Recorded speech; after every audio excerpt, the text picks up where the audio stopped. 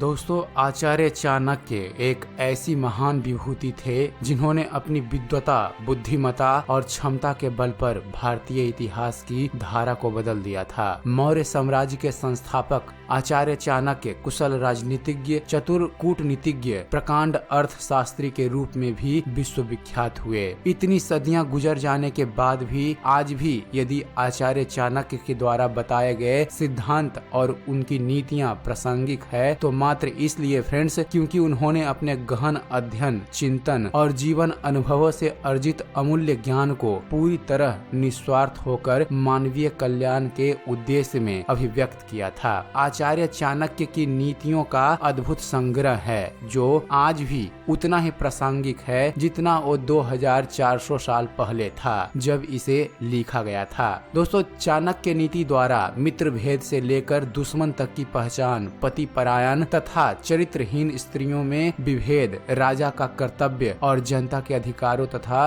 वर्ण व्यवस्था का उचित निदान हो जाता है। महापंडित आचार्य चाणक्य की नीति में कुल 17 अध्याय हैं जिन्हें हम एक एक वीडियो में आपको बताएंगे। तो चलिए दोस्तों, आज हम आपको चाणक्य नीति का प्रथम अध्याय बता रहे हैं कि उनमें आचार्य चाणक्य ने क्या क्या लिखा है। आचार्य चाणक्य कहते हैं, तीनों लोकों के स्वामी सर्वशक्तिमान भगवान विष्णु को नमन करते हुए मैं एक राज्य के लिए नीति शास्त्र के सिद्धांतों को कहता हूँ। मैं यह सूत्र अनेक शास्त्रों का आधार लेकर कह रहा हूँ। जो व्यक्ति शास्त्रों के सूत्रों का अभ्यास करके ज्ञान ग्रहण करेगा उसे अत्यंत वैभवशाली कर्तव्य के सिद्धांत ज्ञात होंगे। उसे इस बात का पता चलेगा कि किन बातों का अनुसरण करना चाहिए और किन की नहीं। उसे अच्छाई और बुराई का भी ज्ञान होगा और अंततः उसे सर्वोत्तम का भी ज्ञान होगा। इसलिए लोगों का भला करने के लिए मैं उन बातों को कहूँगा जिनसे लोग सभी चीजों को सही परिप्रेक्ष्य में देखेंगे।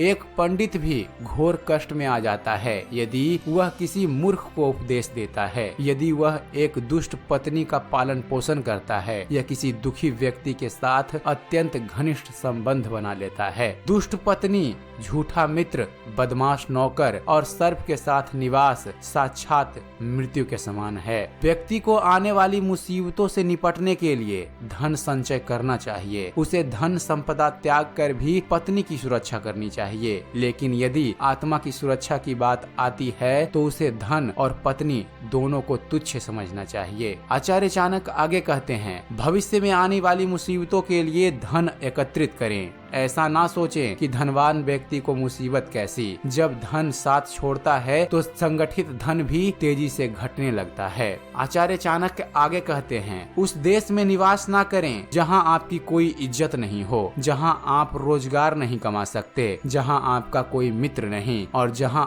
आप कोई ज्ञान अर्जित नहीं कर सकते। आचार्य चाणक्य आगे कहते हैं, ऐसे जगह एक दिन भी निवास ना करें जहां निम्नलिखित 5 ना हो। एक धनवान व्यक्ति, एक ब्राह्मण जो वैदिक शास्त्रों में निपुण हो, एक राजा, एक नदी और एक चिकित्सक। बुद्धिमान व्यक्ति को ऐसे देश में कभी नहीं जाना चाहिए जहां रोजगार कमाने का कोई माध्यम ना हो, जहां लोगों को किसी बात का भय ना हो, जहां लोगों को किसी बात की लज्जा ना हो, जहां लोग बुद्धिमान ना हो और जहां लोगों की वृत्ति दान धर्म करने की ना हो। चाणक्य कहते हैं, नौकर की परीक्षा तब करें जब वह कर्तव्य का पालन ना कर रहा हो। रिश्तेदार की परीक्षा तब करें जब आप मुसीबत से घिरे हों। मित्र की परीक्षा विपरीत परिस्थितियों में करें और जब आपका वक्त अच्छा ना चल रहा हो तब आप अपनी पत्नी की परीक्षा करें। आगे लिखा है, अच्छा मित्र वही है जो हमें निम्नलिखित परिस्थितियों में नहीं त्यागे। आवश्यकता पड़ने पर, किसी दुर्घटना पड़ने पर, जब अकाल पड़ा हो, जब युद्ध चल रहा हो, जब हमें राजा के दरबार में जाना पड़े और जब हमें शमशान घाट जाना पड़े। चाणक्य कहते हैं, जो व्यक्ति किसी नाशवंत चीज के लिए कभी नाश नहीं होने वाली चीज को छोड़ देता है तो उसके हाथ से अविनाशी वस्तु तो चली ही जाती है और इसमें कोई संदेह नहीं कि नाशवान को भी वह खो देता है।